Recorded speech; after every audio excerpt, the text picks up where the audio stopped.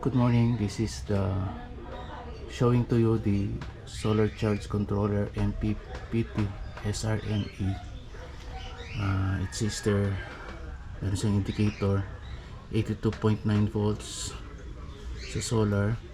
It is being charged sa battery na 24 volts, 27.5 volts, 0.3 amperes.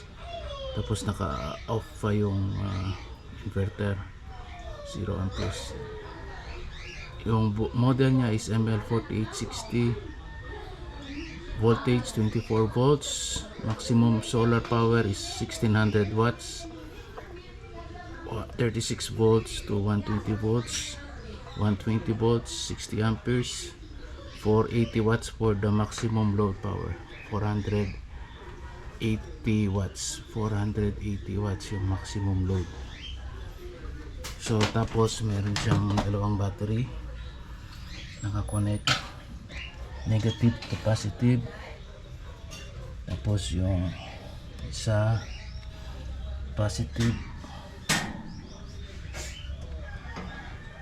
sa positive, yung positive niya nandito, yung negative niya nandito. Tapos meron siyang power. Ito yung battery niya is SS 0270 22 amperes.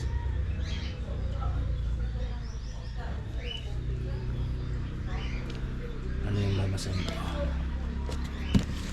Ito less than 75 amperes, gel 12, that's 250 EP gel 12, that's 1250. Application voltage floating use 13.5 to 13.8 volts, cycle use 14.4. Ito yung inverter niya, Pure 2000 VA, okay? Made in China, FPC 2000 VA.